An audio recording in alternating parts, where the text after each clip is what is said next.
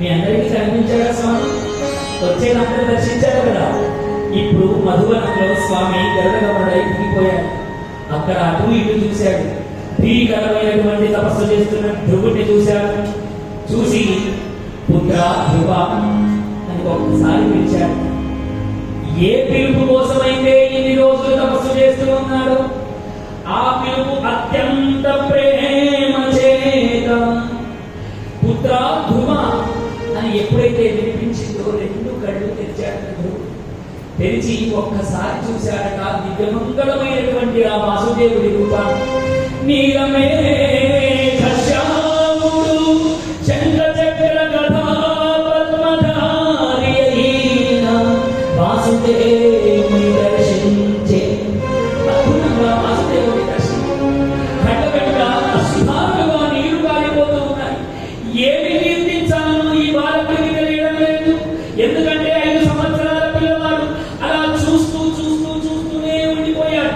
శ్రీమన్నారాయణుడు వెంటనే తన చేతిలో ఉన్నటువంటి శంఖము చేత పాలబుగ్గలపై ఆ ధ్రువుని యొక్క పాలబుగ్గల మీద ఒక్కసారి ఆ శంఖము చేత రొట్టాడు. ఎప్పుడైతే శంఖము ఆ పాలబుగ్గలకు తగిలిందో ధ్రువుడి నోటు వెంట అఖండమైనటువంటి విష్ణు సంకీర్తనలన్నీ వెళ్ళాడట. ఆ వాసుదేవుడిని అఖండముగా కీర్తించాడట. ఎంత కీర్తించాడు అంటే నారాయణుడు గొప్ప ఆనందపడ్డాడట. ఆనందపడి పుత్ర ధ్రువ 5 సంవత్సరాల బాలకుడైన ధ్రువ, నీ తపస్సునకు నేను మెచ్చాను. నీవు ఏ కోరికతోనైతే నువ్వు తపస్సు చేశావో నీ కోరిక తీరుగా. నువ్వు ఏ కోరికతోనైతే తపస్సు చేశావో ఆ కోరిక తప్పనిసరిగా తీరుతుంది. ఇంకొక బంపర్ ఆఫర్ కూడా ఇస్తున్నాను ధ్రువ నీకు.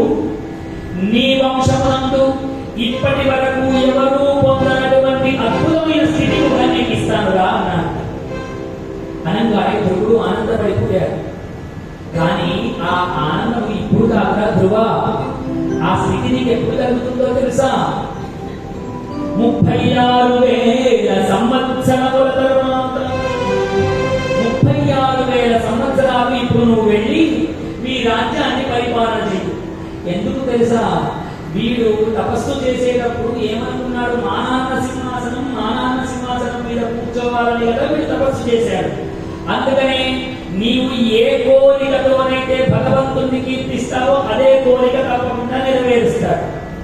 కానీ పాలబుగ్గల పసివాడు వాయుస్తంభనం చేసి భగవంతుని కీర్తించాడు కాబట్టి వానికి బంపరాపరు కూడా ధ్రువ మండలాన్ని ఇచ్చాడు. అది ఇప్పుడు కాదురా ధ్రువ, నీ కోరిక బలీయం సింహాసనం మీద కాబట్టి. అందుకనే పెద్దలు చెప్పారంటే భగవంతుణ్ణి వరాలు కోరుకునేటప్పుడు కూడా నువ్వు చాలా జాగ్రత్తగా ఒళ్ళు దగ్గర పెట్టుకుని వరాలు కోరమని చెప్తారు. ఒక ఊళ్ళో 2 పెద్ద మనుషులు ఉన్నారు. వాళ్ళు ఎంత వయసులో ఉన్నారంటే ఇంకా కొన్ని రోజులైతే కాటికి కాలు దాచిన వాళ్ళు, అంటే శరీరం విడిచిపెట్టేవాళ్ళు. ఈ 2 స్నేహితులు మాట్లాడుకున్నారట, ఒరే ఇంకా మనం శరీరం విడిచిపెట్టే టైం వచ్చేసిందిరా, ఇంకా నువ్వు నేను ఎక్కువ రోజులు బతకం, ఈ జన్మలో ఇట్లా బ్రతికాను. కానీ ఒరే నాకు ఒక విషయం చెప్పు, మళ్ళొక్క జన్మలో కనుక నువ్వు పుడితే దేవుడు నీకు ఎప్పుడు ఎదురైతే ఏమని కోరుకుంటావురా అన్నారు. అనగానే ఈ మొదటి వాడు అన్నట్ట, ఒరే వచ్చే జన్మలో కనుక నేను నిజంగా మనిషి అయిపోతే అందరూ పైసలు నాకే ఇవ్వాలని మొక్కుతా అన్నట్ట. ఆ వరం కావాలని మొక్కుతా అన్నా. ఓహో అలాగా, వీడి మనసులో బలీయమైనటువంటి కోరిక. ఈ 2వ వాడిని వీడు అడిగాడు, మరి నువ్వేం మొక్కుతావురా?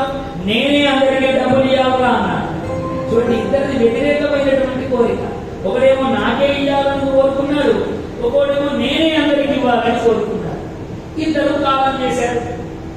అదే ఊళ్ళో ఎవడైతే నాకే అందరికి ఇవ్వాలని కోరుకున్నాడో పెద్ద బిచ్చగాడే పుట్టాడు. ఎందుకంటే బిచ్చగాడికే అందరు ఇస్తారు కదా, వాటి దగ్గర నుంచి ఎవరు తీసుకుంటాడు? వాడి కోరిక అందరు ఇవ్వాలని. ఎంత ఇస్తారని బిచ్చగాడికి పుష్టి వేస్తున్నారు.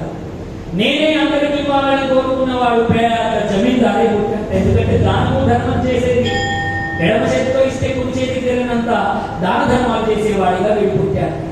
అలా మనం కోరుకునే కోరిక కూడా చాలా సహేతుకమైనటువంటి కోరిక అయి ఉండాలి. భగవంతుడిని కోరుకునేటప్పుడు మనం అందరం కూడా ఏం కోరుకుంటాం? హే భగవాన్, నా పిల్ల 10వ తరగతి పాస్ అయితే 100 కొబ్బరికాయలు, 100 కొబ్బరికాయలు కొడతానని మొక్కుకుంటాం. 100 కొబ్బరికాయలు కొడతామని మొక్కిన తర్వాత నిజంగా 100 కొబ్బరికాయలు కొట్టిన తర్వాత అందులో ఒక్క ముక్క కూడా దేవుడు తినడండి. ఇంటికి వెళ్ళి కమ్మటి కొబ్బరి తొక్కు నూరు అని మనమే తిన్నాం. మరి దేవుడికి ఏం ఇస్తామో తెలుసా? కాయలన్నీ మనకు, పీచు మాత్రం దేవుడికి. ఆ గుళ్ళో పీచులు అక్కడే వదిలేస్తాడు కదా, పీచెవడికి తెచ్చుకుంటాడు అంటే అసలు ఇచ్చేది పీచే, తెచ్చుకునే ఫలం అంతా మనదే.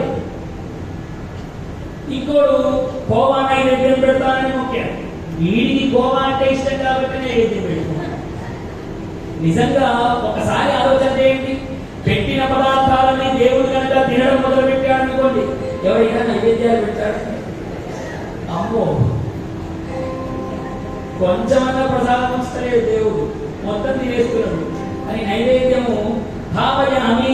ఇక ఈ కొబ్బరికాయలు కొట్టిన అనుకో, కోవా నైవేద్యం పెట్టిన అనుకో, అన్ని అనుకోగానే దేవుడికి నివేదన చేస్తూ ఉంటారు. నిజంగా భగవానుడు మనం పెట్టే కోవాల కోసమో కొబ్బరికాయల కోసమో అంగరాక్షలేదండి.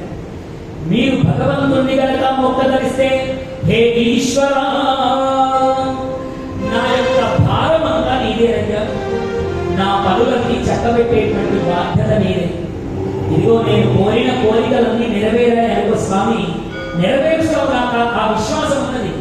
నా పిల్ల పాస్ అయిందనుకో, లేదా ఏ కోరిక ఉంటే ఆ కోరిక నెరవేరితే స్వామి, 1 నెల రోజులు నా కుటుంబ సభ్యులతో వచ్చి గుడి అంతా ఊడ్చిపోతా అని మొక్కాలి. ఇది నిజమైనటువంటి భక్తి. కుటుంబం అంతా గుడిని 1 నెల రోజులు మేము చాలా శుభ్రంగా